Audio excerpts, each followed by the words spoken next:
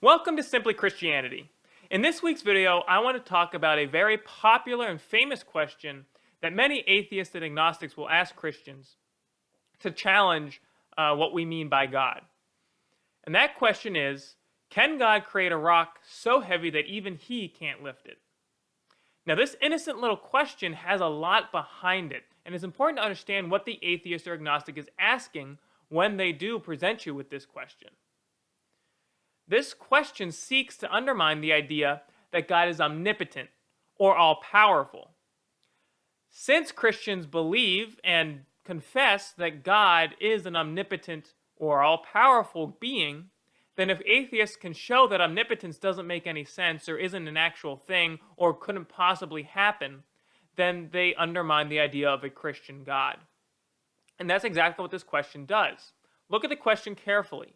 If you say yes, God can create a rock that even He can't lift, then there exists a rock out there somewhere in the world that God can't lift. Therefore, He's not all-powerful. But if you answer no and say God cannot create a rock that He Himself cannot lift, then there exists something that He cannot create, and therefore He's not all-powerful because He can't make something. And so therefore, no matter how you answer the question, it seems like you're stuck, and that the atheist has won because God isn't omnipotent, because omnipotence doesn't make any sense. Ultimately, anything that's omnipotent isn't really omnipotent. And as this question shows, or supposedly shows, that this is in fact the case. Now, I think this question is actually a pretty bad one. It suffers a lot of flaws. And here's just one way that a Christian could answer this particular question. And I don't suggest this be the way you answer it.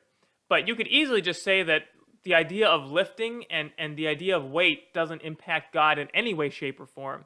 So there could never, ever be any kind of rock that would impede God by its sheer weight alone. And so therefore, no, God can't create a rock He cannot lift, simply because God doesn't lift things. He doesn't physically come down and, curl a rock. Weight doesn't act against God. It works, but it doesn't actually get to the heart of the issue.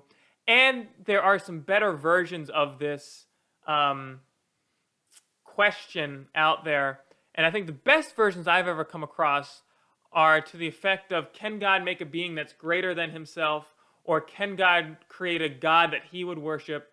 Basically, any kind of version asking if God can create something more powerful than Himself. And it follows the same kind of logic. If you say, yes, He can, then there exists something more powerful than Him. So He's not omnipotent because He doesn't have power over that. Or He's unable to do something. He's unable to create something. And that's a limit on His power. So obviously omnipotence can't exist. Omnipotence doesn't make any sense. God cannot be omnipotent. And since the Christian God is omnipotent, sorry Christians, your God doesn't exist. Now, obviously, I don't think that's the case, and I do think there is a very good answer to these questions. And it lies in how we define omnipotence. And a very, very large majority of Christians, many philosophers, almost every Christian I've talked to would define omnipotence as follows, would carefully define omnipotence as follows. The ability to do anything that is logically possible, or the ability to actualize something that is logically possible, or the power to do something that is logically possible. You could tack on any number of phrases at the front, and there's probably one that's best. But for the sake of this video, what's important is the tail end, and that's that little phrase, logically possible. What does that phrase mean, and why is it important? Well, something that is logically possible would be really hard to kind of explain since there's so many things that are logically possible. In fact, everything that's around us is logically possible. So a better example to give is something that's logically impossible. So something that's logically impossible is something that just doesn't make any sense by the terms or definitions. It doesn't make any sense. When we talk about something that's logically impossible, it really doesn't describe anything at all. And a very good example of this that gets thrown around by philosophers a lot is this idea of married bachelors. A married bachelor is a logical impossibility. And why is that? Well, if you look at the word married, married denotes a person that has a spouse. And if you look at the word bachelor, bachelor denotes a person without a spouse.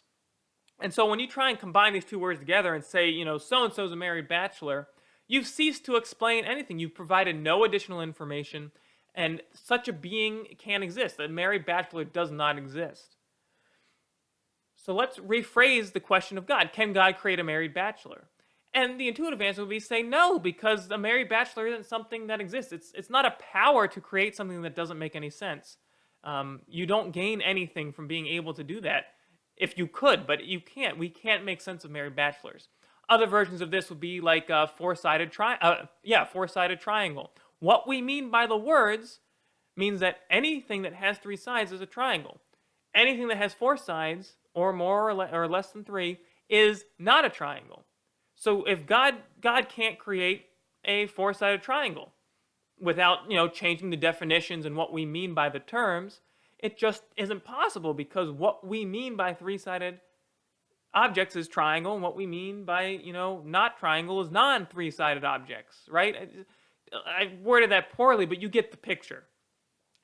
God can't make four-sided triangles. Likewise, God can't make 1 + 1 = 4 or 5 or 6 or any other number other than 2 for the very simple reason as what we mean by 1, what we mean by addition, and what we mean by 2. What the words mean denote things. And those things, God can't change what those things are. Not because he doesn't have the power to, but because it just wouldn't make sense if he could. So how does this idea of logical possibility and impossibility affect or impact these questions that atheists ask? Well, I'm going to simply say that the questions that they ask are asking God to do logical impossibility. So the answer to these questions should be no, and here is why. With the rock question, can God create a rock so heavy he cannot lift?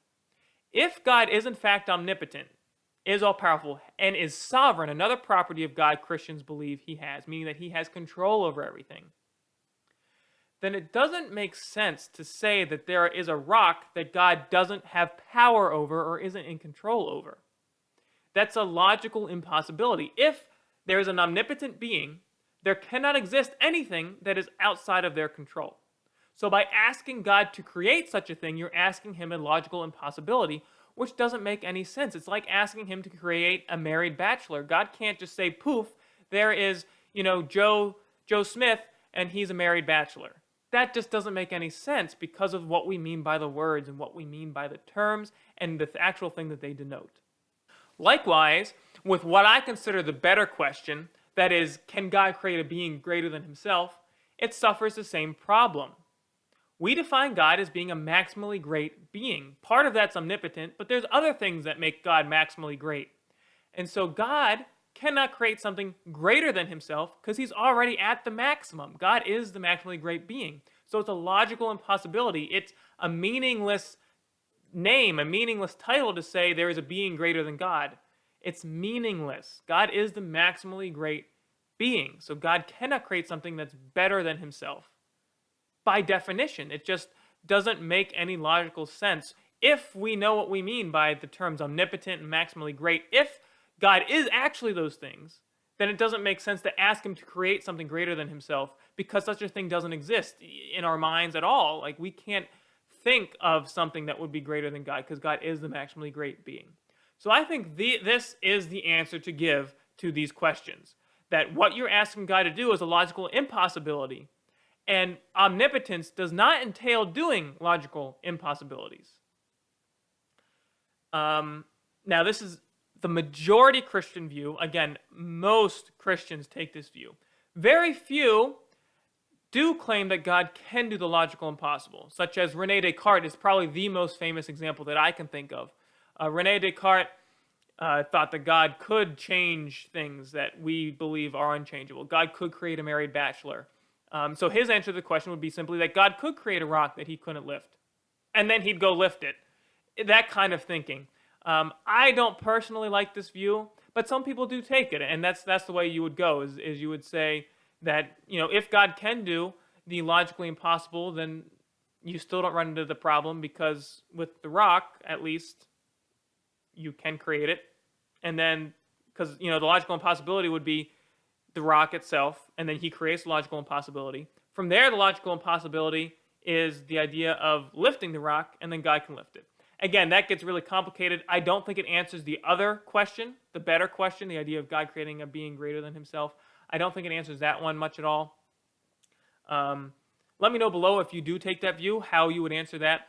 But I do think the best answer is by defining omnipotence as being able to do anything that is logically possible. I don't think this takes away anything from God, because again, the ability to create married bachelors isn't that great. The ability to do things that are logically impossible doesn't increase your worth at all. It doesn't increase your power to do meaningless things. That's what they are. Logical impossibilities at the end of the day are meaningless things. And God's inability to actualize these meaningless things doesn't restrict his power. Thanks for watching. If you like this video, please like it. It really helps this channel out, especially as we're trying to grow since we're pretty new. Also subscribe for the same reason. Also, if you subscribe, you get updates on when new videos come out. I'm trying to upload one once a week, but it's getting hard with work. So it'll just keep you updated in case I'm late or early on anything. So if you subscribe, that's what'll happen. Have a good week. Can't wait to get the next video up and running. I want to thank everyone who has subscribed and who's watched these videos and liked them. It's been such an encouragement to see the engagement of people that I know and don't know, both that I know and don't know, with these videos. It's really a great encouragement and keeps me doing this, even though work's getting tough and time is getting shorter and shorter and shorter. So thank you so much. And again, if you're new, please subscribe, like the video. It helps me out a ton.